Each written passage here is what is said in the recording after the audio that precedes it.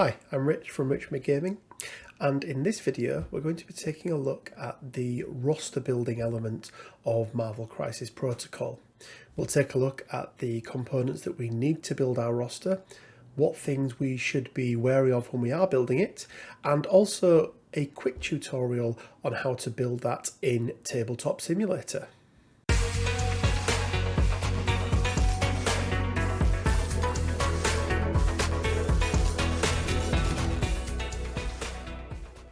One of the main differentiators that I found whilst playing tabletop games over the last couple of years with Marvel Crisis Protocol is the pre-work that we need to do before we even get to the game. Typically with most games we play, we'll agree a army value or a points total that we can build an army around, turn up with that army and fight. However, with Marvel Crisis Protocol, we do things slightly differently. Before turning up, we need to build out our roster. Now, our roster is made up of three elements. These are character cards and infinity gems, the tactics cards, and what we call our crisis cards. Now, as we discussed on the intro, I thought I'd show this being built in Tabletop Simulator using the Marvel Crisis Protocol mod, as it acts as quite a nice little guide on how to use some of the tools that we have in here as well. So let's take a look then at the various cards that will make up our roster. As we discussed, we need to pick character cards. Now this is 10 character cards in total, but they can be mixed with infinity gems as well. So any mix of 10 infinity gems and character cards. We can choose up to 8 tactics cards, and then we need 6 crisis cards, 3 extract and 3 secure. So let's have a quick look then at some of the considerations we want to make before we start building our Marvel Crisis Protocol roster. So the first thing that we want to think about are the crisis cards themselves. Now, crisis cards fall into 2 categories, secure and extraction, with each of them having a threat value. Now, this threat value is what we then use once we're playing the game to determine how many points each player can take into a particular game. Right now, there are 13 various crisis cards to choose from, but running over 6 different threat levels, so everything from 14 up to 20 points, as you can see on the picture. And the issue is that we don't know which threat level we're going to be playing. Our opponents could turn up with a 19, an 18 and a 17 point card, and we've rocked up with a team full of 5 threat characters, meaning that the only possible outcome for us is taking 3 5-threat characters, leaving us at 15 threat. So we're going to be very, very underpowered. So we want to make sure that we have a range of threat level characters in our roster. With this in mind, we then need to start to select which characters we want to include within our roster. Now, for me, and I think typically, this starts with an affiliation. Now, an affiliation in Marvel Crisis Protocol is a group that a number of characters belong to. Each affiliation has a leader, or in some cases, multiple leaders, and they gain access to various special abilities, so leadership abilities, and certain tactics cards. Now, there's no limit to how many different affiliations you can run within a single team. However, most people tend to stick to 1 or 2 at the absolute most, and this is mainly down to the fact that once you start playing a game, to trigger that affiliation ability, if you like, you need to have more than 50% of your characters that are playing that particular game to be from that said affiliation. So if you were running a roster and you decided that you were going to play 5 characters and you wanted them to be the Brotherhood of Mutants, at least 3 of those characters would need to be from the Brotherhood of Mutants affiliation. So, which characters, what threat levels, and how many of each of them should you take? Well, unfortunately, there is no one-size-fits-all answer for this. For me personally, I like to start, as I mentioned, with the affiliation that I want to go with. Now in this case I'm looking at a Brotherhood of Mutants roster, and it's fairly straightforward to me as there are only 4 Brotherhood of Mutants characters released at the moment, so they automatically go into my roster. What I then like to do is bulk out the roster with a number of 3 and 4 threat characters. In this case I've gone with Vision and Lockjaw. I also then like to make sure that I have at least one, in this case I have two threat characters included in my roster, and then any other characters that I want to build my roster around. In this case it's Thanos, the Mad Titan. Infinity Gems are also a great way to add some more flexibility into your roster. In this case I've added in the Mind Gem and the Reality Gem, both costing 1 threat each. Do be aware, however, that not all characters can carry the Mind Gem. Now, to find out if a character can or not, if I look at the bottom of Thanos' card here, we can see it says that he is a gem bearer, and then it outlines which of the gems that he can carry. So we've selected our 10 characters and, well, 8 characters and 2 gems. So whilst we're on TCS, let's have a quick look at how we put them into the roster. So we have our roster builder here. We can actually flick through and choose between a roster, a battle realm and a collector pack, but let's stick with a roster for today.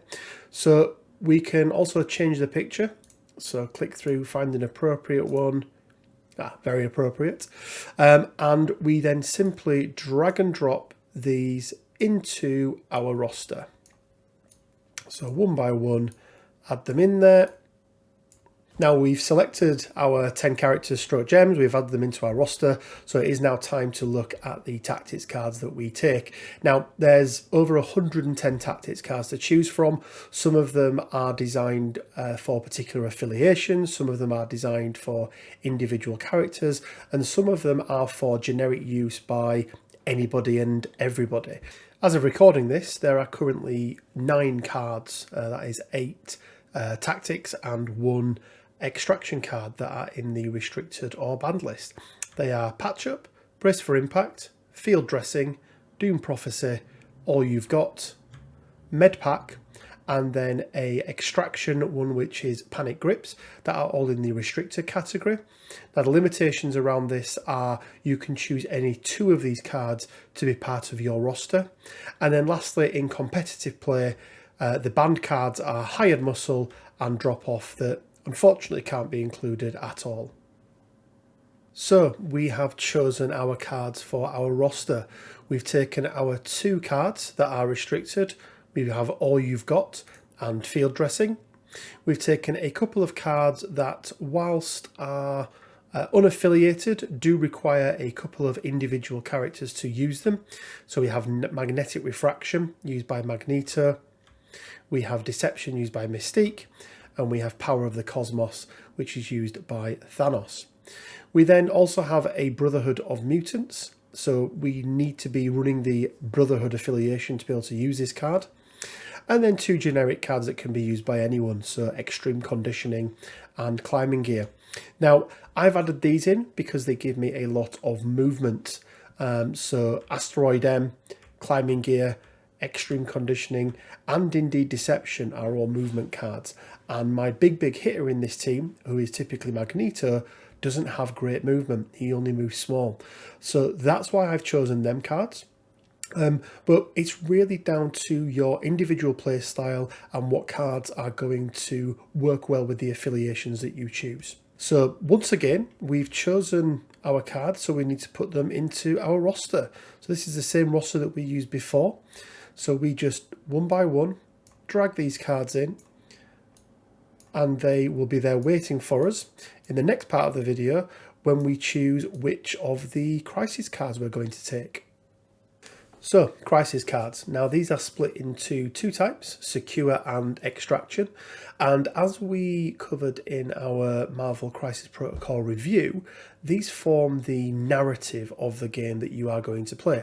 So we take 6 cards in total, 3 of each, and then there is a process that happens at the beginning of a game which dictates which cards we choose. Now these cards also contain the threat level, as we discussed earlier, and certain cards lend themselves more to particular affiliations and particular abilities. Now once again, there is no right or wrong answer, and for most people, or a lot of people at least, it comes down to their individual play style. Do they want to play a high threat situation where they can take lots of characters, or do they prefer only keeping 3 or maybe 4 people on their starting lineup? So let's take a look at which crisis cards we're going to pick for our roster.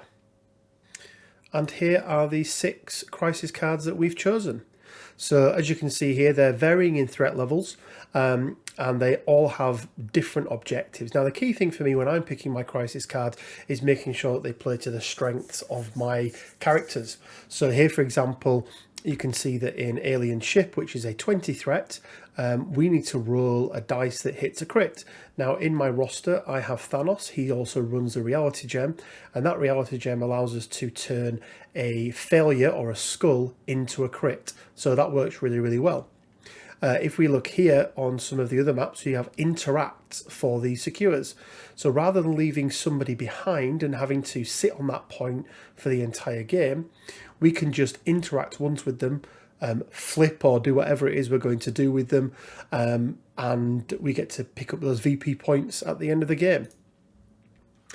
So as before, we want to take each of our crisis cards and drop them into our roster. Now that's it in terms of choosing which card we want to put into our roster, but let's jump back over to Tabletop Simulator and take a quick look at some of the really nice features that are in there that allow us to build rosters and then use them at a later date. So here we have the roster that we've added all of our cards into. We've chosen the picture that we want, and we very, very simply press Create Roster. Now, once we've taken our roster out, we simply place that into the tray, click Show Roster, and there we go.